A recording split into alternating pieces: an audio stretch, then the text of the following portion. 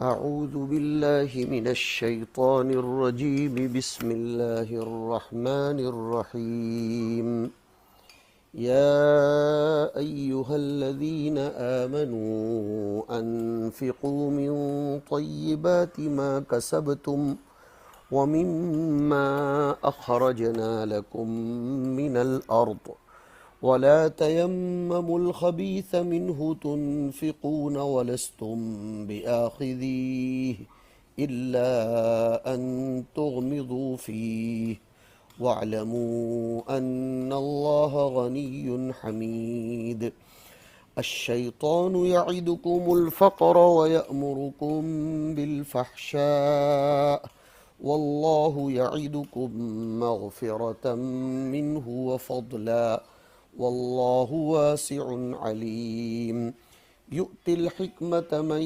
يشاء ومن يؤت الحكمة فقد أوتي خيرا كثيرا وما يذكر إلا أولو الألباب وما أنفقتم من نفقة أو نذرتم من نذر فإن الله يعلمه وما للظالمين من انصار صدق اللہ العظیم۔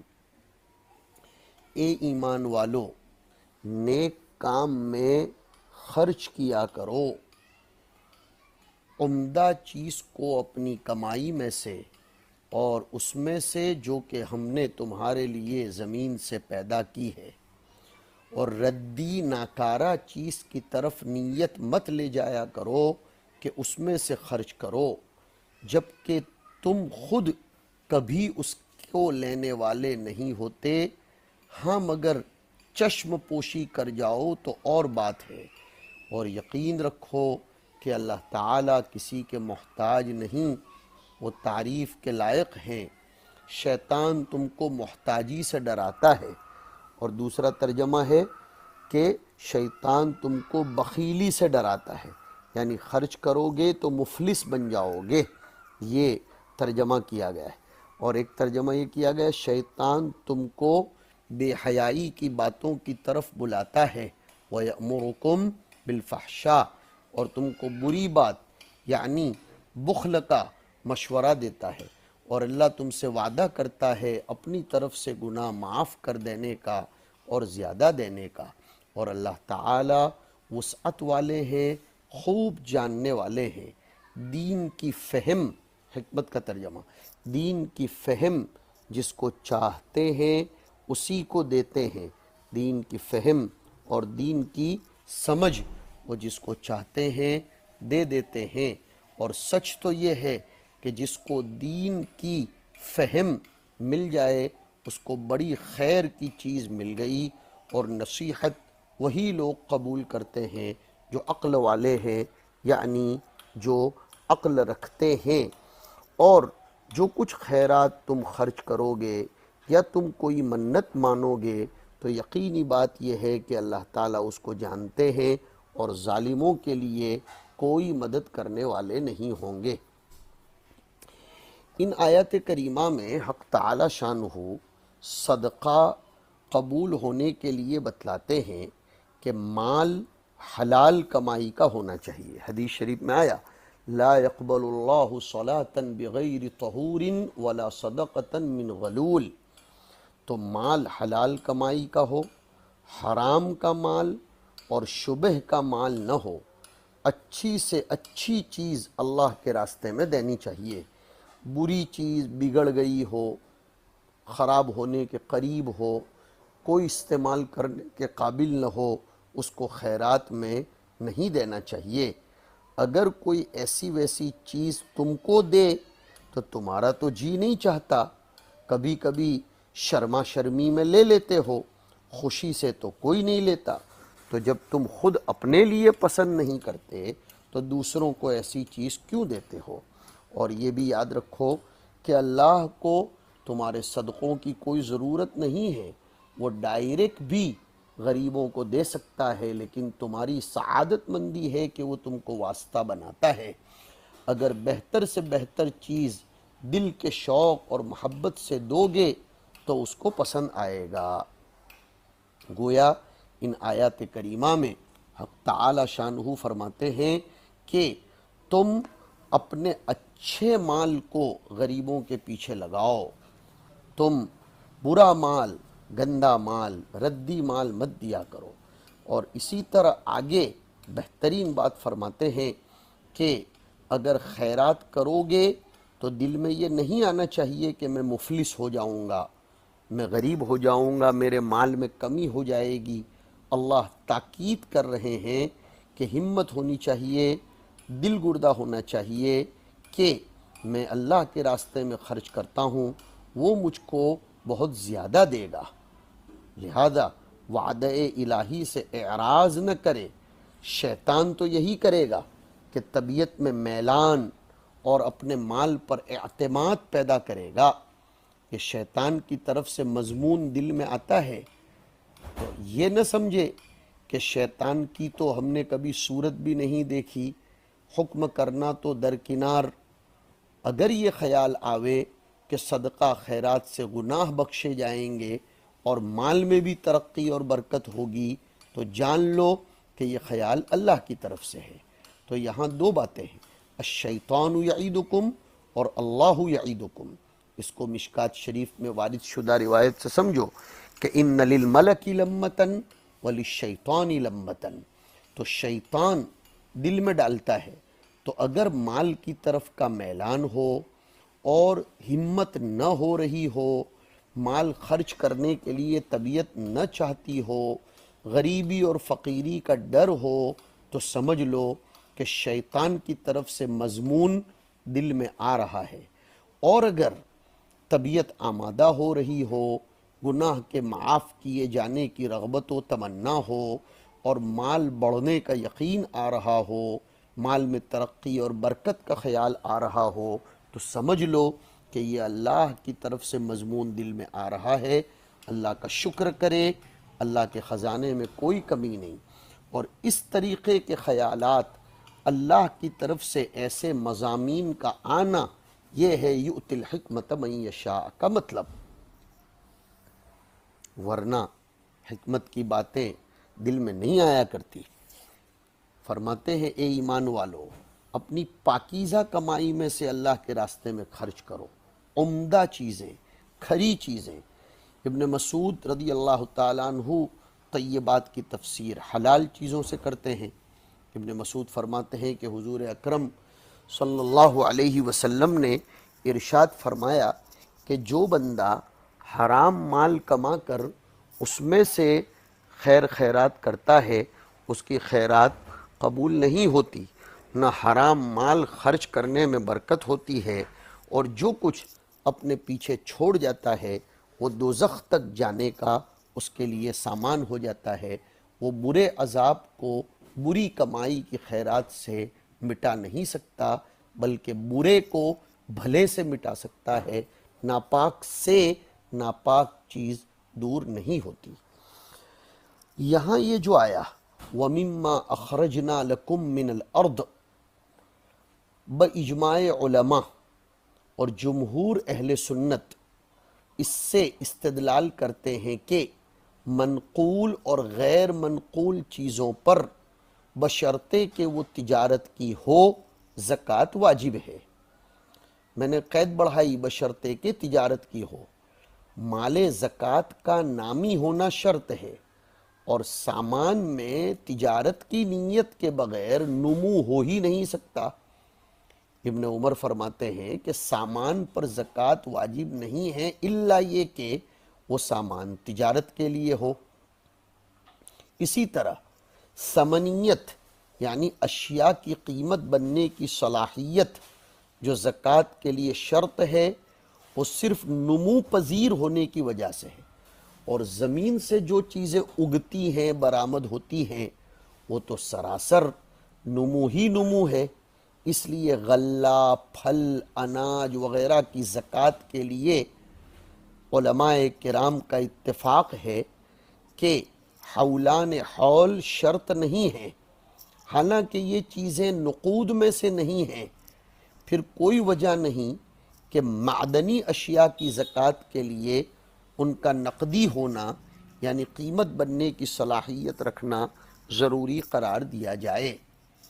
امام اعظم رحمۃ اللہ علیہ حضرت ابو ہریرہ کی اس روایت سے استدلال کرتے ہیں جو صحاح ستہ میں ہے کہ حضور نے فرمایا وَفِي الرِّكَازِ الْخُمْسُ، لفظ رکاز میں معدن بھی آ جاتا ہے، اور کنز یعنی مسلمانوں کے قبضے سے پہلے کے گڑے ہوئے خزانے کو بھی رکاز کے معنی میں لیں گے۔ رکاز وہ ہے جو کانوں کے اندر اللہ پیدا کرتا ہے، اور جاہلیت کے دفینے مسلمانوں کے قبضے سے پہلے کے گڑے ہوئے خزانے اور کان سے برآمد ہونے والے سونے چاندی کے ٹکڑے۔ صاحب نہایہ نے لکھا ہے کہ اہل حجاز کے نزدیک رکاز ایسے خزانوں کو کہتے تھے جو جاہلیت کے زمانے کا ہو۔ دوسری بات یہاں یہ سمجھو کہ نفلی صدقہ اور خیرات کافر کو بھی دے سکتے ہیں، البتہ زکوٰۃ اور صدقات واجبہ مسلمانوں کے سوا کسی کو نہیں دے سکتے۔ حضور نے معاذ بن جبل کو یمن کا گورنر بنا کر جب بھیجا تھا تو فرمایا تھا کہ تؤخذ من اغنیائہم فترد علی فقرائہم، معرفہ کا اعادہ معرفہ سے کر کے بتا دیا کہ مسلمانوں کے اغنیاء سے لے کر مسلمانوں کے فقیروں ہی پر تقسیم کیا جائے گا، کافر فقیروں پر اس کا تقسیم کرنا جائز نہیں ہوگا۔ صحابہ نے اپنے مشرکین رشتہ داروں کے ساتھ سلوک اور احسان کرنے کو مکروہ سمجھ کر حضور سے فتویٰ پوچھا تھا، تو آپ نے یہ اجازت دی تھی کہ نفل صدقے آپ اپنے کافر رشتہ داروں کو بھی دے سکتے ہو۔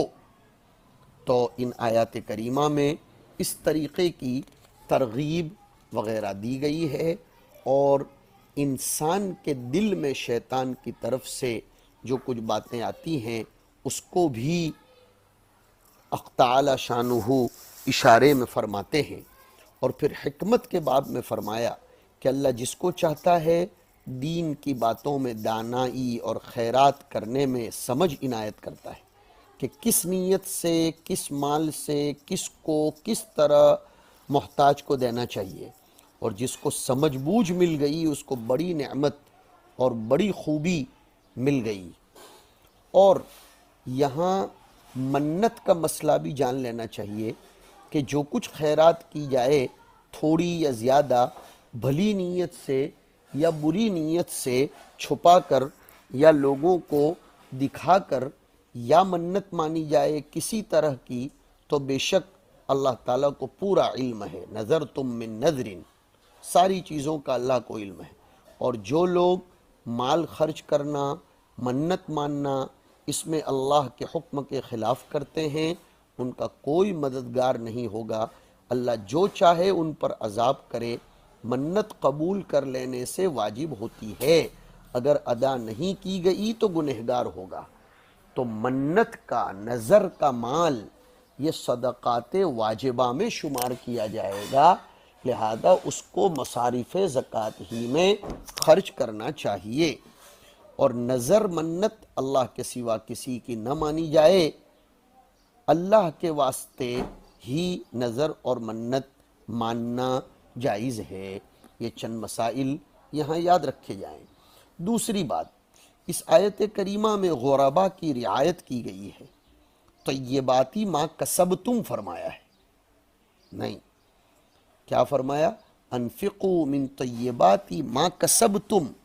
اگر یہ نہ فرماتے بلکہ انفقوا من طیبات مطلقاً فرماتے، ما کسبتم نہ فرماتے، تو غربا کو فکر ہوتی کہ ہمارے پاس تو جتنا جو کچھ ہے امیروں کی نظروں میں تو سب ہیچ ہے، تو طیبات کاملہ ہم کہاں سے لائیں؟ اس لیے اللہ نے فرمایا طیبات کاملہ کی ضرورت نہیں، بلکہ تمہارے پاس جو کچھ ہے، جو کچھ تھوڑا بہت کمایا ہے اس میں سے پاکیزہ مال خرچ کرو، اس میں سے چھانٹ کر دی مال اللہ کے واسطے نکالو، اور من لگا دیا تھوڑا بہت بھی نکالو۔ حدیث شریف میں ہے کہ جب نیا کپڑا پہنے تو پرانے کو خیرات کر دے، نیا جوتا پہنے تو پرانے کو تو اب سوال یہ پیدا ہوتا ہے کہ ردی مال صدقہ کیا جا رہا ہے کہ نیا آیا تو پرانا دے دو، تو پھر یہ یہاں تو یوں آیا کہ طیبات دو، تو حدیث کا مطلب یہ ہوگا کہ پرانے کپڑے اور جوتے کو اللہ کے نام پر ثواب کی نیت سے نہ دیں، اعانت غریب کی نیت سے صدقہ کر دیا جائے، معاملہ ختم ہو جائے گا۔ اعانت غریب کے سوا کوئی اور قصد نہ کرو۔ یا دوسرا جواب یہ دیں گے کہ پرانا ہو مگر اتنا گھٹیا نہ ہو کہ وہ کسی کے کام ہی نہ آئے، صرف دینے کے نام سے ہو، نہیں تو بہرحال اللہ تم کو ثواب بھی دے دیں، یہ الگ بات ہے، لیکن تم اعانت غریب کی نیت کرو۔ اور میں نے جو ذکر کیا کہ اتنا پرانا جو ردی کے درجے تک پہنچا ہو وہ مت دو۔ بہرحال بر اور کامل درجے کی نیکی کے لیے احب الاشیاء کا انفاق ضروری نہیں ہے۔ حضرت ابو طلحہ کا احب الاشیاء کا خرچ کرنا تو اس غرض سے تھا کہ وہ خیر کامل کے قصد سے انفاق اعلیٰ کرنا چاہتے تھے۔ حضرات صحابہ کی تو یہی شان تھی نا کہ وہ ہر کام میں اعلیٰ درجے کا قصد کرتے تھے۔ دوسرا، نص میں بھی ایک قرینہ موجود ہے، اس سے معلوم ہوتا ہے کہ حصول بر کے لیے احب الاشیاء کا خرچ ضروری نہیں ہے، اور وہ ہے قرینہ وما تنفقوا من خیر فإن اللہ بہ علیم۔ من احب الاشیاء کہاں فرمایا؟ تو انفاق پر اگر وہ خیر ہو ثواب مل جائے گا، تو خیر میں احبیت ہونا یہ ضروری نہیں ہے، درجات ہیں، اس سے کسی کو انکار بھی نہیں ہے۔ وَمَن يُؤْتَ الْحِكْمَةَ فَقَدْ أُوتِيَ خَيْرًا كَثِيرًا، اللہ فرماتے ہیں جو شخص حکمت یعنی علم دین اس کو عطا کی جائے تو اس کو خیر کثیر مل گئی۔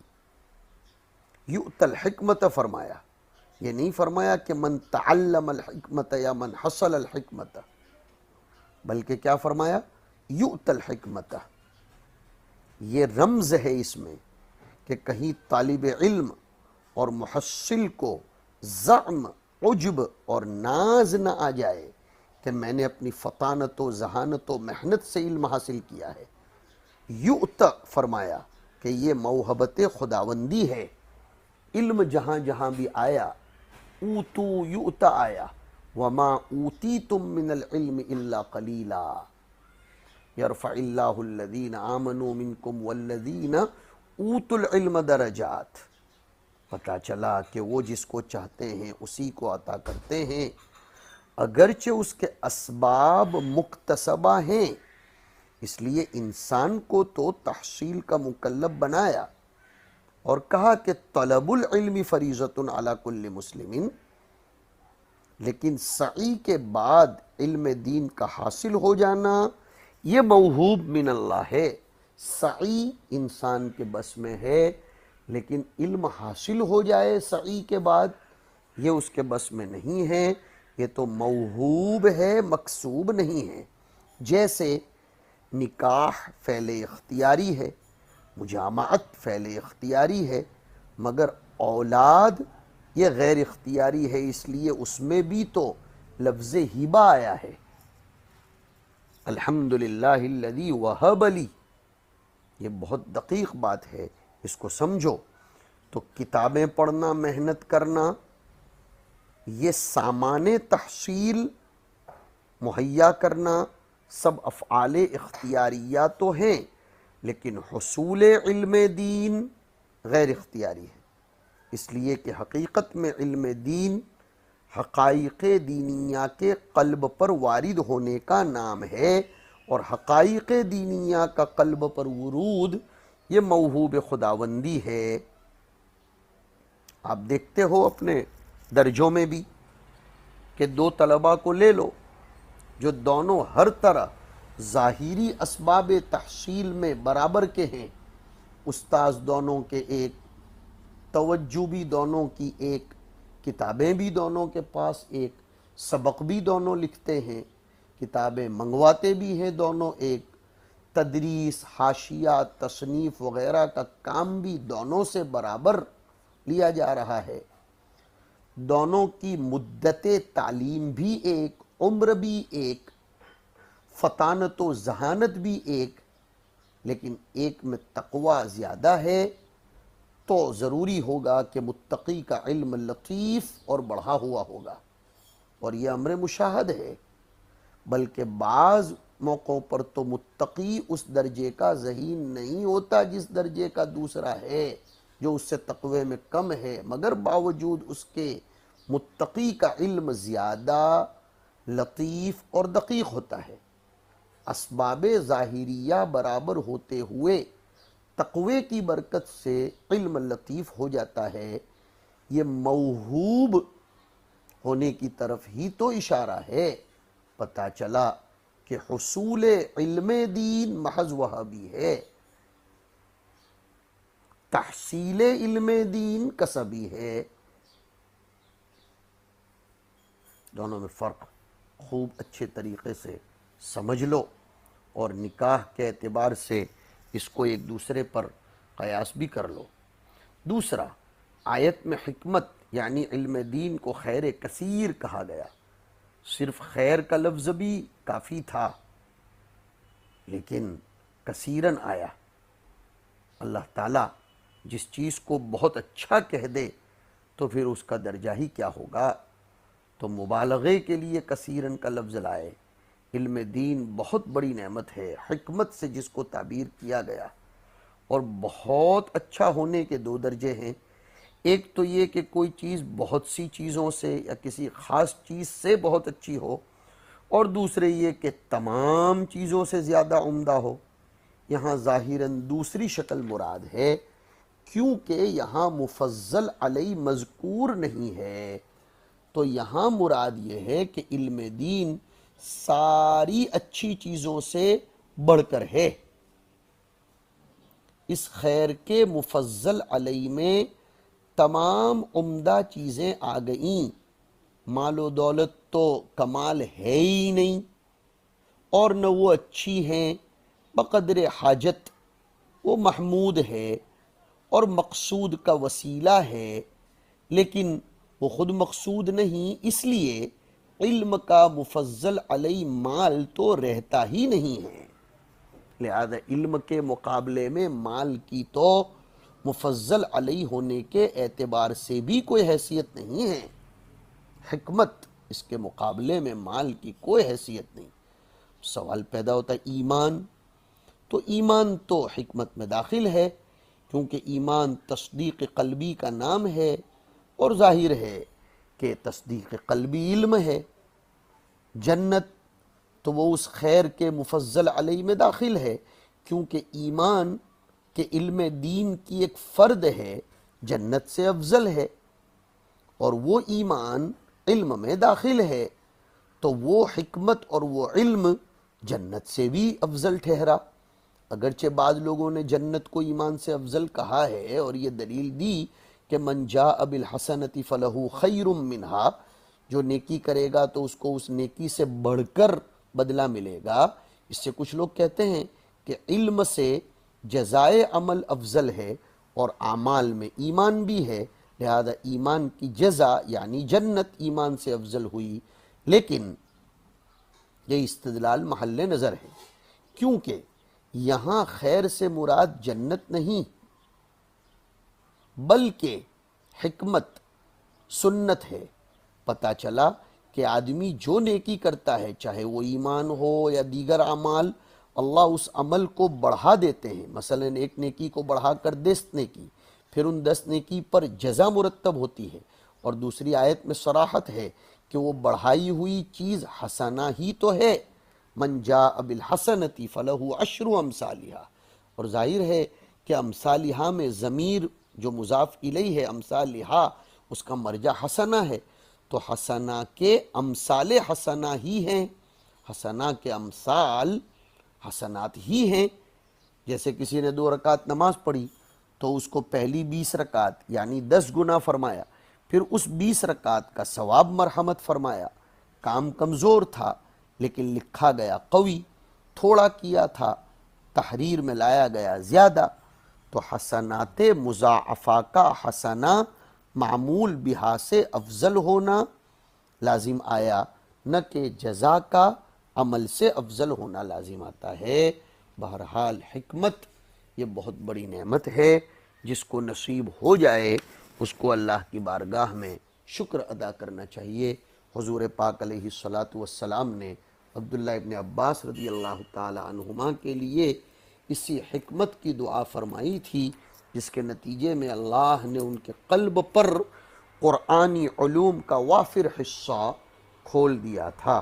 اللہم علمنا الکتاب والحکمت وفقہنا فی الدین وصلی اللہ علی النبی الکریم۔